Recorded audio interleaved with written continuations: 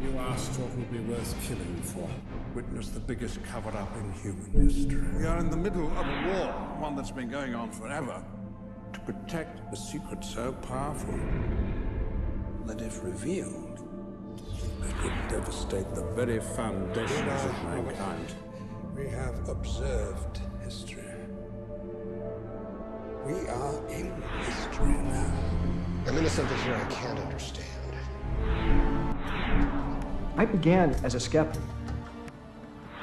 As I started researching the Vinci Code, I really thought I would disprove a lot of this theory about Mary Magdalene and Holy Blood and all that. I became a believer.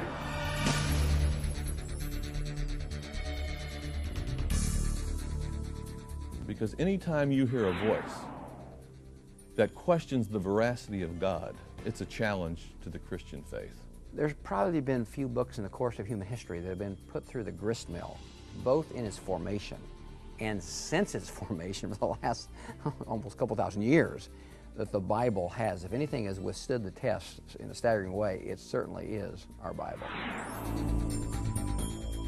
We actually don't have any text anywhere, and everyone acknowledges this, that actually states outright that Jesus was married.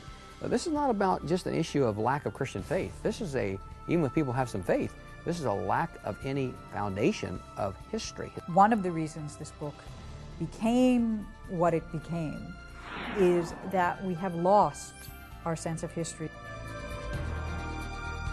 Contrary to Dan Brown, the purpose of Jesus was not to restore or somehow invigorate goddess worship. The idea that the Jews practiced ritualistic sex in the temple would absolutely make every rabbi in the world stand up and scream. That it is the calling of the church in this kind of a situation to turn this into an opportunity, because in fact the history is actually on the side of the church on this matter.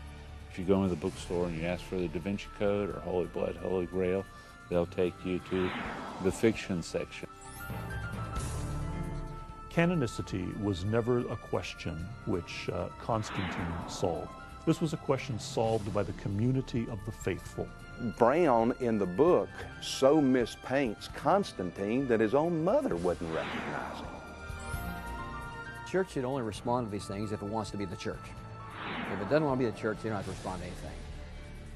The question whether the Christian church is truly prepared for the challenge like the Da Vinci Code remains to be seen.